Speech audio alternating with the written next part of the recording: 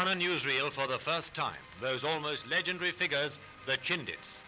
Masters in guerrilla warfare, they've taught the Japanese to fear the swift striking columns of elusive fighting men who wage war after their own fashion deep in the Burma jungle.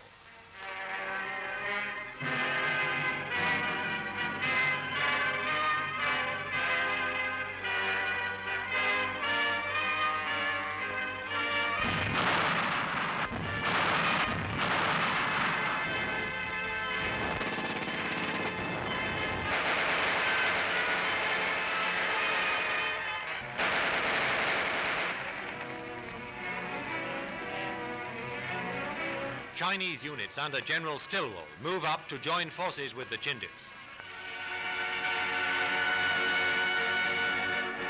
In the dense forests, mules replace mechanical transport. They carry the supplies for the foot-slogging infantry. After bitter fighting, the Chinese drove the Japs out of Mogaung railway station and joined the Chindits. This was a great moment in the history of the Burma War and was celebrated by swapping hats.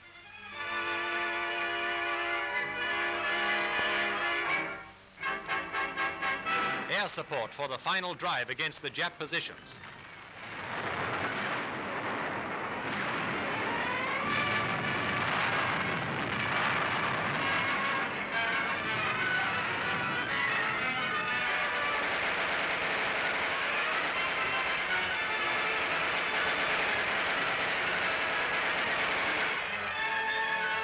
Outmaneuvered and outfought, the Japs pulled out of the town.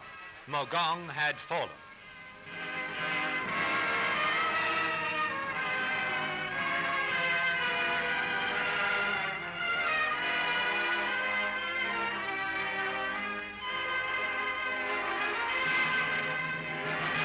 Chindits, that's the name for the guardian statues which stand at the steps of Burmese pagodas, a name from legend that's become flesh and blood, living guardians of Burma's liberty.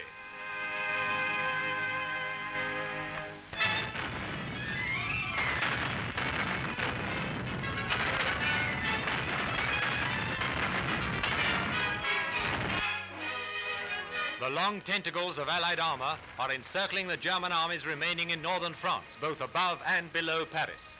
Now, with Paris freed, the best roads in France are open to the swift and maneuverable tanks of the Allied spearheads.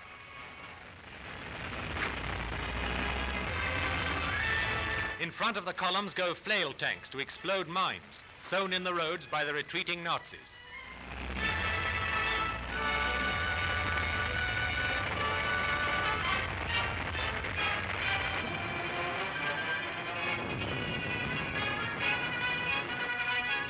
Consider the feelings of German troops who fought their way out of the blazing gateways from Normandy and Brittany, only to find themselves on hemmed-in roads, blasted ceaselessly by Allied aircraft.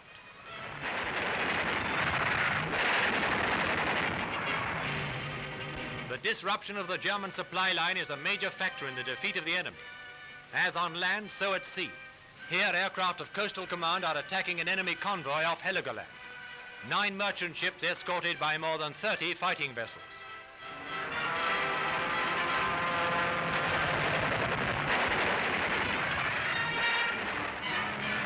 Cannon shells, rockets and torpedoes ripped into the ships.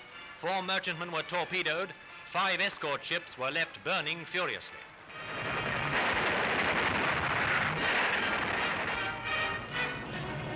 With complete command of the air, the Allies can move their spearheads rapidly, with the certain knowledge that their supply system won't be interfered with by the Luftwaffe.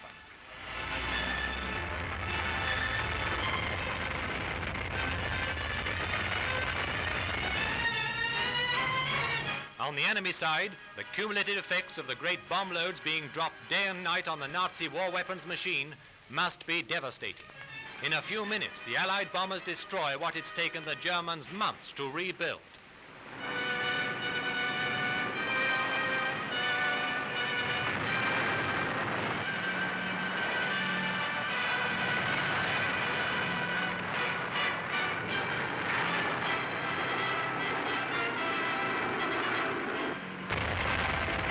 Meanwhile, the Allied power of maneuverability gives the enemy no respite. Repeatedly outflanked, the German soldiers have little choice. They can either retreat to their homeland for protection or join over 400,000 of their companions in death or surrender.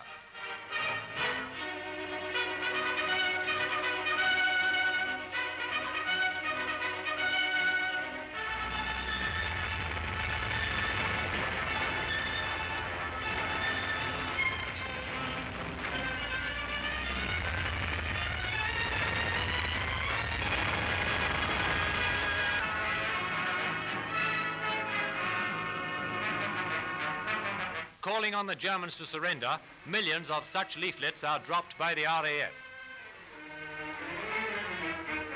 Allied tanks are followed by infantry for the job of clearing out nests of snipers left hidden by the Nazis.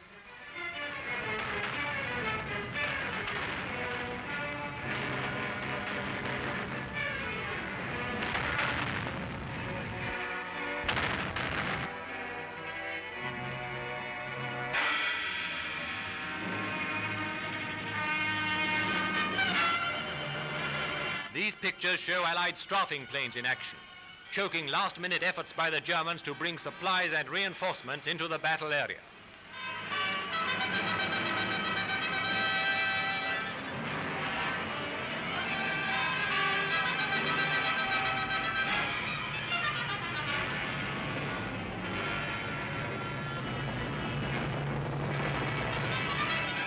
They're using rocket bombs, one of the most terrifying and destructive close-action weapons yet evolved.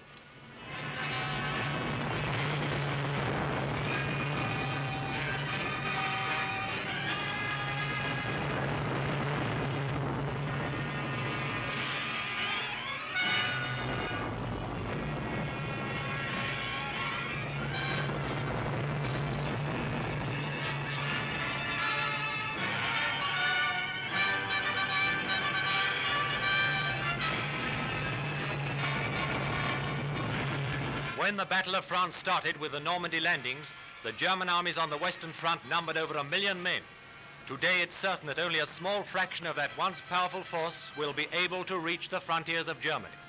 And over all that land of men and women who boasted they'd rule the world is the mounting thunder of a mighty and still growing air force.